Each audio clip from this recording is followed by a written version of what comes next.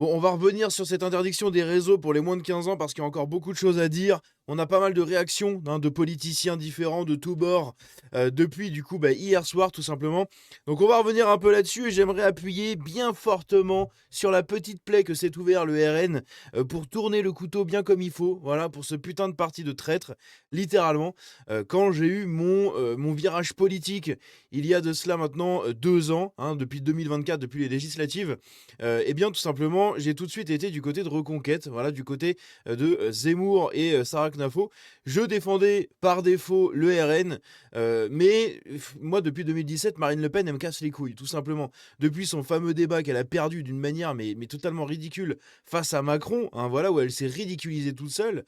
Globalement, le RN me casse les couilles, ok. Et bien là, ils viennent de finir d'enfoncer le dernier clou sur leur cercueil pour beaucoup de Français. Bref, on va revenir sur un peu tout ça et les réactions des gens du RN. Vous allez voir, c'est catastrophique.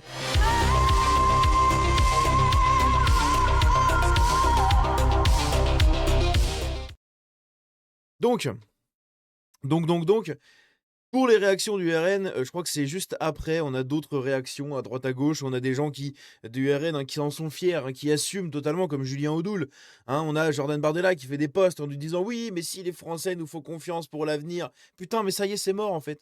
Vous avez perdu des dizaines de milliers de voix, si ce n'est plus en fait, juste avec la simple omission d'aller voter contre une loi liberticide en France. Pourquoi? Parce que vous savez très bien que vous allez arriver au pouvoir et qu'une loi comme ça vous sera utile pour fliquer tout le monde, ok? Et c'est ça qui est dingue. C'est ça qui est dingue. Bref, et puis au-delà de ça, hein, la plupart des gens en fait du RN et tout, je pense qu'ils savent même pas en fait ce qu'ils ont voté, hein. Et c'est pour ça que la plupart ne sont même pas venus, ils en ont rien à foutre, hein, c'est incroyable.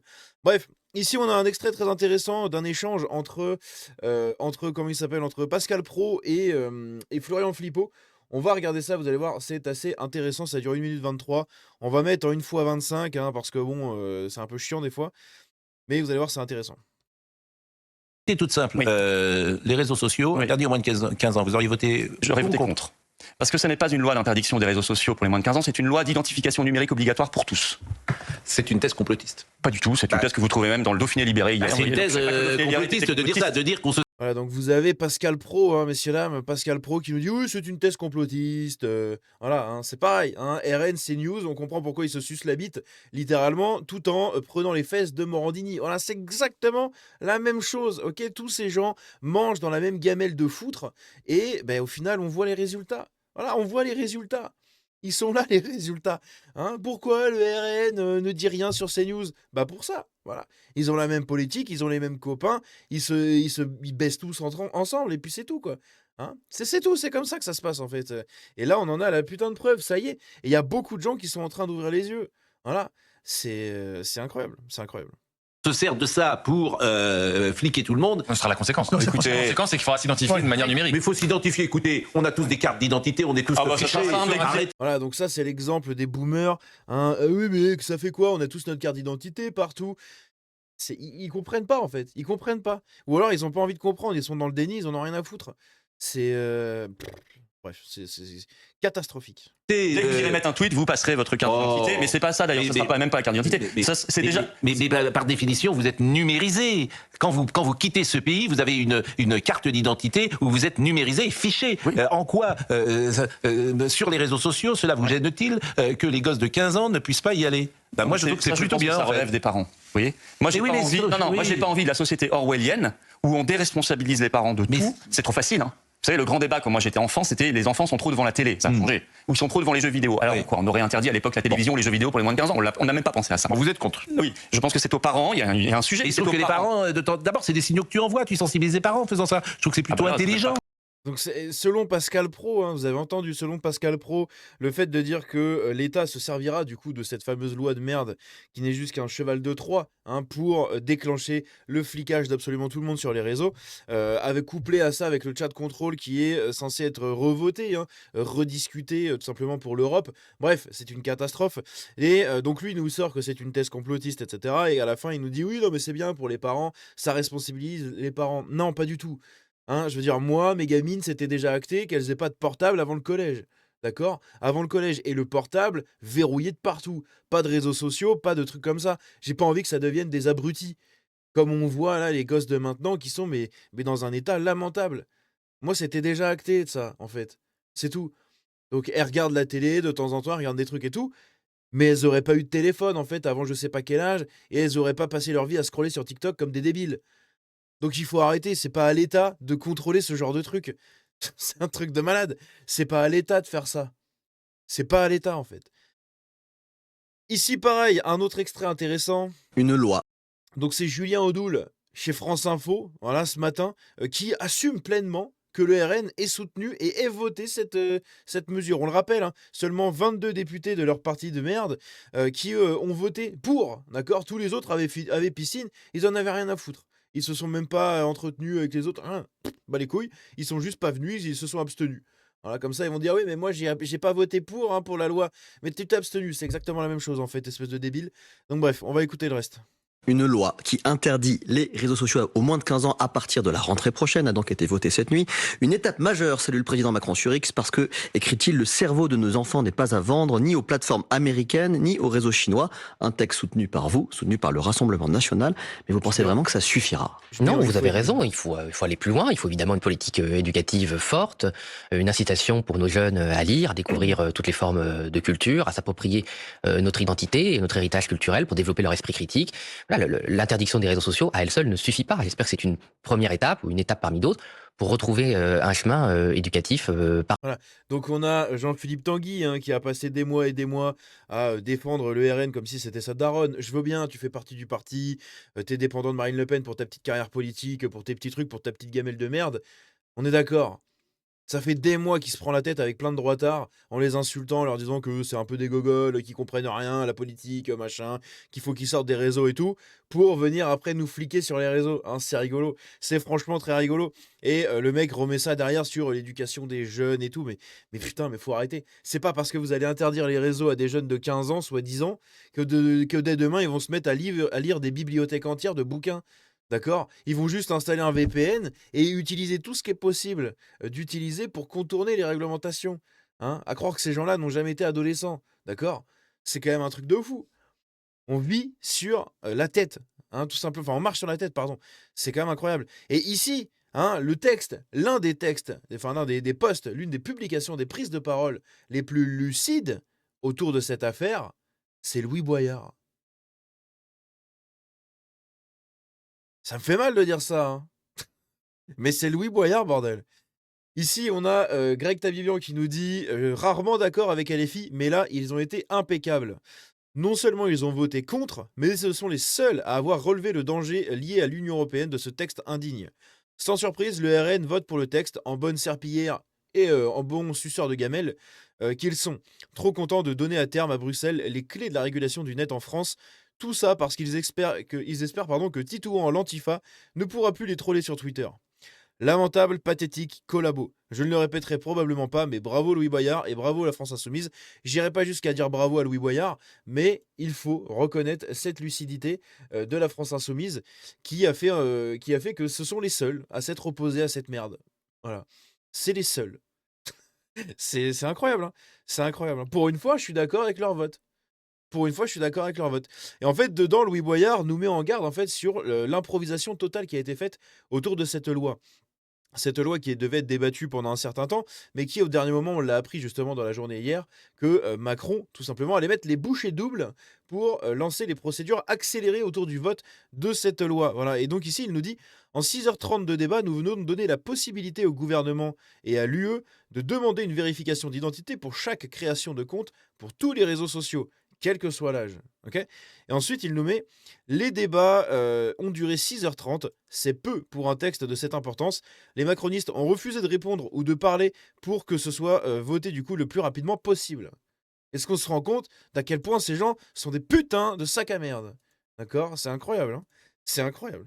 Les députés macronistes ne savent même pas réellement s'ils donnent ce pouvoir au gouvernement français ou à l'Union européenne, ils sont paumés comme d'hab. Cette loi a été votée dans une improvisation totale, comme d'hab, un paumé. Au motif d'interdire les réseaux aux moins de 15 ans, les macronistes se préparent à faire contrôler tout le monde. Voilà, on veut fliquer le monde entier. Très intéressant. Ici, on a Saxe, hein, qui est donc un un white hat, donc c'est, vous savez, ces hackers, etc., qui œuvrent justement pour la protection des gens et pour aider les gens à se sécuriser eux-mêmes, etc. Bref, quelqu'un d'assez créatif, enfin d'assez, comment dire, d'assez régulier ou d'assez communicant, je sais pas comment, j'ai pas le nom, mais voilà, qui participe beaucoup à tous ces débats-là autour de la cybersécurité sur Internet. Et justement, ici, il met en garde sur le double anonymat de cette procédure de vérification d'identité. Parce qu'apparemment, il y aurait donc, vous devez vous connecter sur le réseau social en question pour vérifier votre identité. Soit vous prenez des photos de votre tête, soit vous bougez votre tête, soit ce sera la carte d'identité. Hein, on ne sait pas vraiment encore. Mais apparemment, ce serait fait avec l'intermédiaire du coup de France Connect, de France Identité, pardon, et possiblement également de Yoti, je crois, ou je sais plus comment ça s'appelait. C'était cette application qui permettait de lire les passes sanitaires. C'est rigolo, hein. Donc imaginez 3 acteurs dans le système, donc l'utilisateur, le tiers de confiance, donc la plateforme, etc., et le réseau. Le processus, normalement, c'est le suivant. Tu prouves à la plateforme de confiance, hein, tout simplement au tiers de confiance, que tu es majeur. Le tiers de confiance envoie comment dire, le résultat à la plateforme, au réseau social, en disant simplement oui, cette personne-là est majeure. Mais il ne transmet pas ta photo d'identité, ni les photos de ton visage, ni rien. D'accord? Il met seulement un effet positif ou négatif.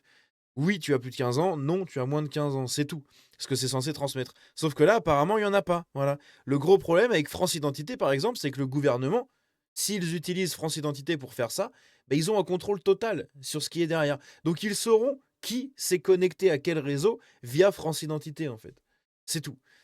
Donc c'est assez ridicule, hein, et de toute façon, même si c'est une autre plateforme ou un autre tiers de confiance ou une autre boîte qui fait ça, ils voteront un jour ou l'autre une loi pour avoir le contrôle sur ces gens-là. Voilà, c'est en cas de plainte ou de procédure judiciaire, nous accordons le droit de demander, des comptes à cette entreprise pour vérifier qui s'est connecté au compte. Enfin bref, ils vont inventer des trucs, hein, comme d'hab, comme à chaque fois.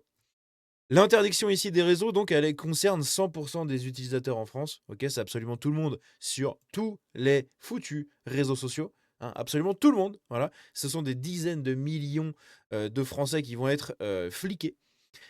On a Sarah Knafo qui, pour moi, a fait l'un des textes aussi les plus lucides. Voilà. Hein, si vous ne saviez pas pour qui voter, votez Reconquête, tout simplement. Votez Reconquête. Le RN vient de vous prouver une nouvelle fois qu'ils sont prêts à vous la mettre dans le cul, c'est pour prendre un peu plus de croquettes dans la gamelle. Donc, voilà, je préfère voter Reconquête et de toute façon, moi, mon vote allait déjà de ce côté-là de base. Au moins en premier tour. Voilà, premier tour Reconquête, deuxième tour RN, parce que c'est mieux RN que LFI ou macroniste. Mais enfin bon, on se rend compte qu'au final, c'est un peu la même merde. L'interdiction des réseaux, c'est du coup non à l'État nounou, oui à l'autorité parentale.